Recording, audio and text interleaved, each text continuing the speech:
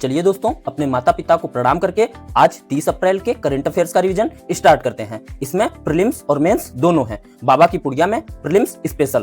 प्रधानमंत्री मोदी ने हाल ही में उत्तर प्रदेश के किस जिले से गंगा एक्सप्रेसवे का उद्घाटन किया है? आंसर है हरदोई से। भारत की पहली महिला ट्रांसजेंडर क्रिकेट अंपायर कौन बनी है? आंसर है Ritika Shri. AU small finance bank के कार्यकारी निदेशक कौन नियुक्त हुए हैं? आंसर है विवेक त्रिपाठी। दुनिया का सबसे बड़ा हथियार प्राप्तकर्ता देश कौन सा है? आंसर है यूक्रेन। मशहूर बॉलीवुड अभिनेता भरत कपूर का निधन कितनी वर्ष की आयु में हुआ? आंसर है 80 वर्ष की आयु में। हाल ही में BWF एथलीट काउंसिल का अध्यक्ष किसे नियुक्त किया गया है? आंसर है PV सिंधु को। हाल ही में नीति आयोग ने DPI@2047 योजना के तहत प्रति व्यक्ति आय का कितना लक्ष्य तय किया है? आंसर है $18,000। हाल ही में चर्चा में रहे भारत के पहले निजी रॉकेट विक्रम-1 का संबंध किससे है? आंसर है स्काई रूट से। चर्चा में रहे गंगा एक्सप्रेसवे की लंबाई कितनी है? आंसर है 594 किलोमीटर।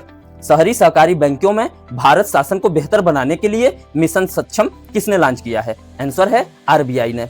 फिल्म जीव और फिल्म अप्रैल मई 99 का कांस अंतर्राष्ट्रीय फिल्म महोत्सव का चयन हुआ है। इनका संबंध किस भारतीय भाषा से है? आंसर है मराठी भाषा से। मिशन जागरूक नामक अभियान किसके द्वारा शुरू किया गया? आंसर है सेबी के द्वारा। वर्ष 2026 में अंतर्राष्ट्रीय महिला आयोग दिवस पहली बार किस तिथि को मनाया गया? आंसर है 21 अप्रैल को। आयुष्मान भारत दिवस किस तिथि को मनाया जाता है? आंसर है 30 अप्रैल को। ऑस्कर ऑफ साइंस पुरस्कार से हाल ही में किसे सम्मानित किया गया है? आंसर है प्रोफेसर अतनु नाथ को। Global report on food crisis के 10 साल के इतिहास में पहली बार 2025 में किन दो क्षेत्रों में एक साथ अकाल की पुष्टि की गई है? आंसर है गाजा पट्टी और सूडान में। किस खाड़ी देश ने ओपेक से हटने की घोषणा की है? आंसर है UAE ने। समोआ में आयोजित राष्ट्रमंडल युवा एवं जूनियर भारोत्तोलन चैंपियनशिप में भारत ने कुल कितने स्वर्ण पदक जीते हैं? आंसर है 4 स्वर्ण पदक। भारतीय सेना द्वारा 11 मित्र देशों के साथ अभ्यास प्रगति का आयोजन कहां किया जा रहा है? आंसर है मेघालय में। किस टीम ने फाइनल में जिंक फुटबॉल एकेडमी को हराकर IAAF एलीट यूथ लीग 2025-26 का खिताब जीता है? आंसर है पंजाब FC ने। गंगा एक्सप्रेसवे के निर्माण की कुल लागत कितने रुपए है? आंसर है लगभग 36,230 करोड़ रुपए। स्वच्छ ऊर्जा को बढ़ावा देने के लिए यूरोप का पहला पूरी तरह से एकीकृत लिथियम माइनिंग और रिफाइनिंग प्रोजेक्ट किस देश में शुरू हुआ है? आंसर है फिनलैंड में। उत्तर प्रदेश के किस ऐतिहासिक स्थल को यूनेस्को की अस्थायी विश्व विरासत सूची में शामिल करने के लिए नामांकित किया गया है? आंसर है सारनाथ के बौद्ध स्तूप को। किस देश ने 2026 के अंत तक अपनी पहली चंद्रमा पर मानव बस्ती मतलब मून बेस का प्रोटोटाइप बनाने की घोषणा की है? आंसर है चीन ने। भारत के किस राज्य में आज देश की पहली 100% सौर ऊर्जा संचालित स्वास्थ्य प्राथमिक चिकित्सा केंद्र PHC सेवा शुरू की गई है? आंसर है गुजरात में। रक्षा मंत्रालय ने आज सुबह किस नई पीढ़ी की anti tank guided missile ATGM के सफल परीक्षण की पुष्टि की है? आंसर है ध्रुवास्त्र 2। गोल्डमैन पर्यावरण पुरस्कार 2026 जिसे ग्रीन नोबेल भी कहा जाता है, इससे किसे सम्मानित किया गया है? आंसर है आलोक शुक्ला जी को। हाल ही में काजुएली पक्षी अभ्यारण्य जिसे रामसर स्थल के रूप में घोषित किया गया है, यह भारत के किस राज्य में स्थित है? आंसर है तमिलनाडु में। 30 अप्रैल को संपन्न हुई थॉमस कप बैडमिंटन चैंपियनशिप में भारतीय पुरुष टीम ने कौन सा पदक जीता है? आंसर है कांस्य पदक। भारतीय रेलवे ने आज 30 अप्रैल 2026 को किस रूट पर अपनी पहली वंदे भारत स्लीपर ट्रेन का सफल ट्रायल पूरा किया है? आंसर है बेंगलुरु और हैदराबाद वाली रूट पर। विश्व प्रेस फ्रीडम इंडेक्स में भारत ने 2026 में कौन सा स्थान प्राप्त किया? आंसर है 159वां स्थान। मानव विकास सूचकांक HDI में भारत का स्थान क्या है? आंसर है 134वां स्थान। अरे खुद ही को कर बुलंद इतना कि हर तदबीर से पहले खुदा बंदे से ये पूछे कि बता तेरी रजा क्या है। दोस्तों अब चलिए ये लास्ट पेज प्रीलिम्स वाला निपटा देते हैं, फिर मेंस की तरफ बढ़ते हैं।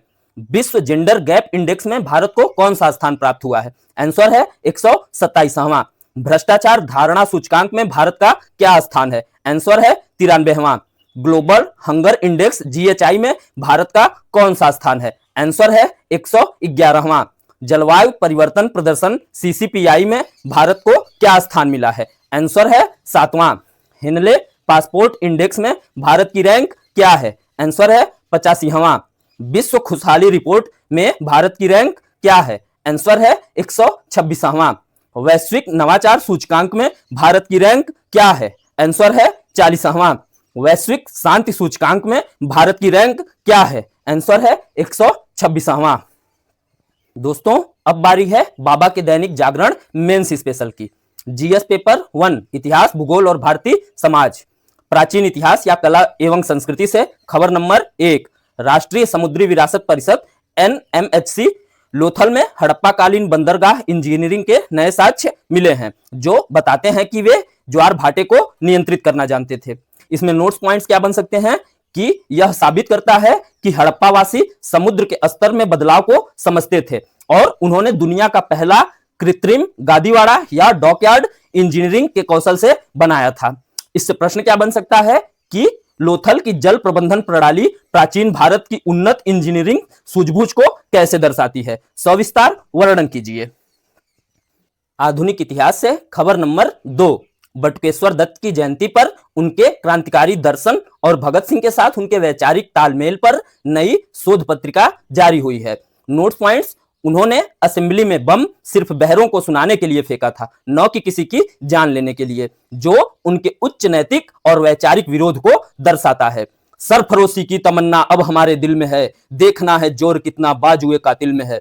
इससे प्रश्न क्या बन सकता है दोस्तों कि क्रांतिकारी राष्ट्रवाद केवल अस्त्र शस्त्र का संघर्ष नहीं था, बल्कि एक गहरी वैचारिक क्रांति थी। इस कथन की पुष्टि कीजिए।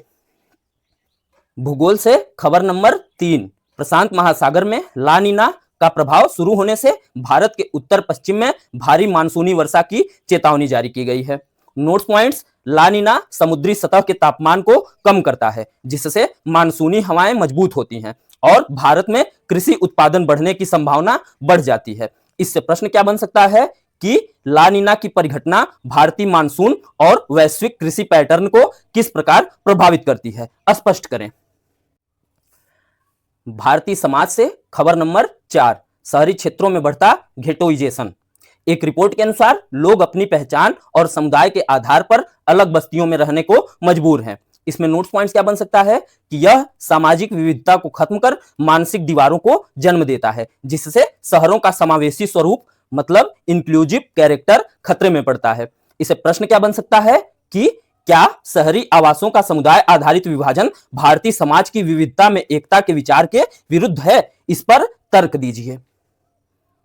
जीएस पेपर 2 राज्य व्यवस्था, शासन और इंटरनेशनल रिलेशन। राज्य व्यवस्था से खबर नंबर 5। सुप्रीम कोर्ट का फैसला आया है कि निजता का अधिकार केवल डेटा तक सीमित नहीं है, बल्कि डिजिटल पोर्टेबिलिटी का अधिकार भी मौलिक अधिकार है। नोट पॉइंट्स: यह अनुच्छेद 21 के तहत व्यक्तिगत स्वतंत्रता के दायरे को बढ़ाता है और टेक कंपनियों की मनमानी पर रोक लगाता है। इससे प्रश्न क्या बन सकता है कि बदलती डिजिटल दुनिया में निजता के अधिकार की रक्षा करना न्यायपालिका के लिए सबसे बड़ी चुनौती क्यों बन गई है?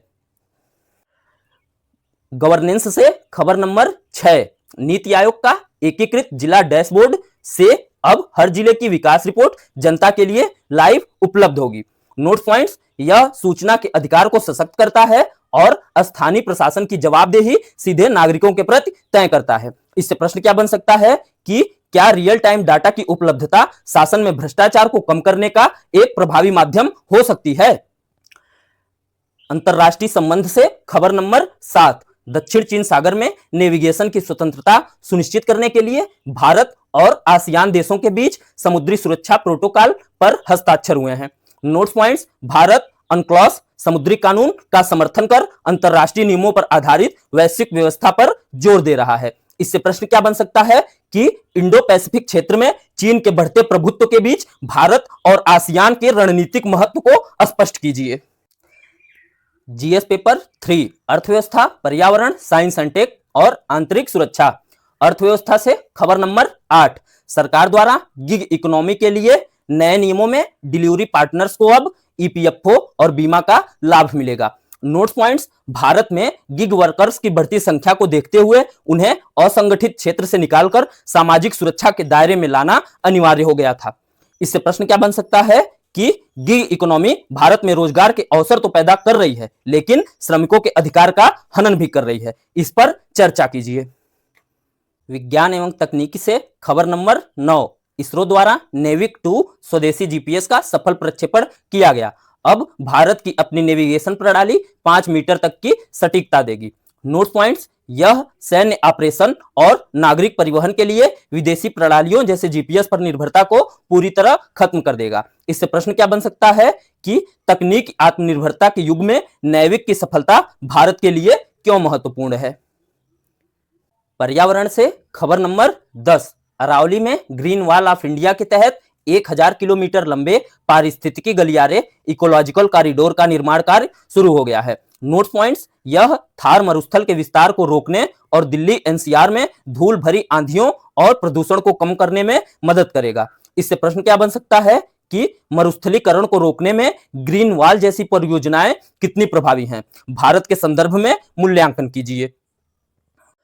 आंतरिक सुरक्षा से खबर नंबर 11, सीमा सुरक्षा में एंटी ड्रोन सिस्टम इंद्रजाल की तैनाती की गई है, जिससे पाकिस्तान सीमा पर ड्रोन घुसपैठ में 40% की कमी दर्ज की गई है। नोट्स पॉइंट्स, ड्रोन तकनीक ने युद्ध को अदृश्य बना दिया है, जिससे निपटने के लिए अब एआई आधारित सुरक्षा उपकरणों की जरूरत हो गई है। प्रश्न इससे क्या बन सकता है कि सीमा पार से होने वाले ड्रोन हमलों ने भारत की आंतरिक सुरक्षा के सामने क्या नई चुनौतियां पेश की हैं। जीएस पेपर 4 नीति शास्त्र खबर नंबर 12, और यही आज की लास्ट खबर है। राजनीतिक दबाव के बाद अवैध खनन रोकने वाले अधिकारी को एथिक्स इन गवर्नेंस पुरस्कार से सम्मानित किया गया। नोट्स पॉइंट्स, यह उदाहरण देता है कि अंतरात्मा की आवाज और सार्वजनिक सेवा के मूल्यों को व्यक्तिगत लाभ से ऊपर रखना ही असली लोक सेवा है। इससे प्रश्न क्या बन सकता है कि एक सिविल सेवक के लिए कर्तव्य परायणता और राजनीतिक दबाव के बीच संतुलन बनाने में नैतिक मूल्य कैसे मदद करते हैं। दोस्तों, आज का प्रश्न, वर्ष 2026 में 52वें G7 शिखर सम्मेलन की मेजबानी कौन सा देश करेगा? इसका आंसर आप लोग कमेंट में दीजिए। मिलते हैं कल ठीक इसी टाइम रात 9 बजे। तब तक लगे रहिए, मस्त रहिए। जय हिंद, वंदे मातरम।